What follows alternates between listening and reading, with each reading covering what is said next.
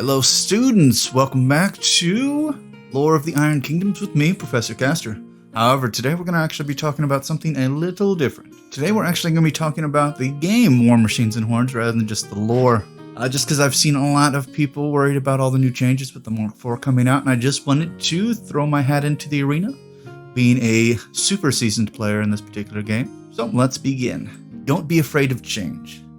I've been playing this game for 20 years since Mark I. When Warcasters cost points, then when Warcasters gave points, and then when Warcasters is just free, not giving or taking away any points.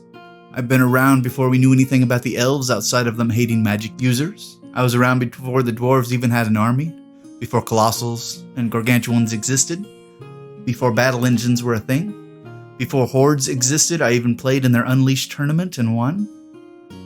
I've played when warjacks cost 100 points, and now that they're 15. I've played in huge battles and then small battle group battles. I've played when the cards were black and white and then when they were colored, and now I play on the app. I played Mark I 20 years ago, and now I play Mark IV today. I played through all the changes and balancing and rebalancing thanks to power gamers coming up with game-breaking mechanics. Needless to say, when I started playing the game, it was a lot different and a lot smaller choice options then. There wasn't any themes yet when I started. At my young age when I started, I was into the idea of there being a steampunk-style game with magic and giant robot fights, and then it became so much more and the world expanded and brought so much more into it, and that is great. Some other game developers don't even do that. Privateer Press, even though it isn't a giant game company, they put in the effort to make the game fun to play, and if that need just changes or updates, however big, they do it, and they update as they go along depending on the balance. They broke the game into Legacy and MK4 not because they're removing Legacy armies, but because MK4 armies have new mechanics that work with those armies but not well mixed with the older ones. They really aren't more powerful than Legacy armies. I would know because I use my Legacy armies to go up against MK4 armies numerous times and haven't had any issues with balancing or being tabled at all. I've had tough opponents, and I've had weak opponents on both sides of the table, Legacy MK4 like. That's just the way the game plays. The only thing different that I've seen is the new MK4 gets Spell, Warjack, War Beast, and Head and Weapon options.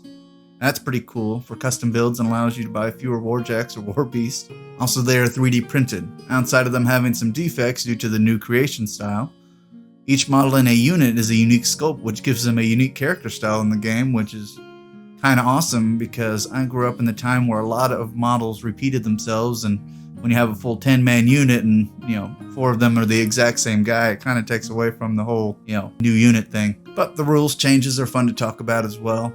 Back in my day, they were a bit different as well.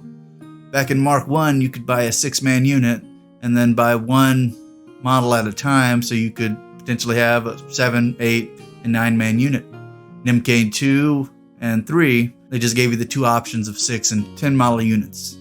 Today in Mark IV, they give you 5 model units and 3 model medium base units, which makes sense for the smaller unit size due to the new movement rules, which are you move 1 model in the unit, then all the rest of the models in the unit move within 2 inches, which speeds up the finicky moving measurements. Also, run is now +5 speed. Easy enough, makes some models a bit slower, makes other models a bit faster, balances out the run mechanics across the board. They removed back arcs, so no more back strikes. I'm alright with that because I've been caused more issues being stabbed in the back than anything else. No more attack opportunities when leaving engagements. Now when you leave engagements, you just lose your combat action and you can just walk out. So no need to do out of turn attacks and damage rolls. Another streamline idea. Also, they added command cards to allow you to get certain perks during the game to also help balance that stuff out, such as giving a unit stealth or pathfinder or cover, or auto put out continuous effects. All one-time use, of course, but sometimes you only need the ability one time. There is a whole slew of different cards that you can take to counter your opponent's army builds at least once, giving you some sort of advantage and help balance the game out. There are other rule changes, but those are the main ones I've seen. Nothing scary, just changing the gameplay up, balance out the rules and speeding the game up a lot. Also, personally, I see the big change-ups as a good thing. It re-levels the playing field, so new players can jump in and not be swept out by competitive players who remove some of the fun out of the game with power plays. In my 20 years, I've seen a few of those types of players. They exist in every game ever made, and And that's just going to be the way of it. But change happens in every game, and sometimes it's good and sometimes it's bad. But at least we know that in my 20 years, Privateer Press has always tried to balance out the game and make it fun to play. And, well, at least it's nice. We get to play almost like a different style of game with the same models we've always liked. So I think what I'm trying to say is don't be afraid of change, because it's just an opportunity to try something new and different. In the same universe that we are going to continue to read about, following this, we'll go back to all the fantastic lore of the Iron Kingdoms, brought to you by, of course, Privateer Press. Also, if you have any comments you'd like to say about the new MK4 or MK3, or if you want to get nostalgic about some MK1 or MK2, feel free to comment down below. I would love to hear your opinion about things.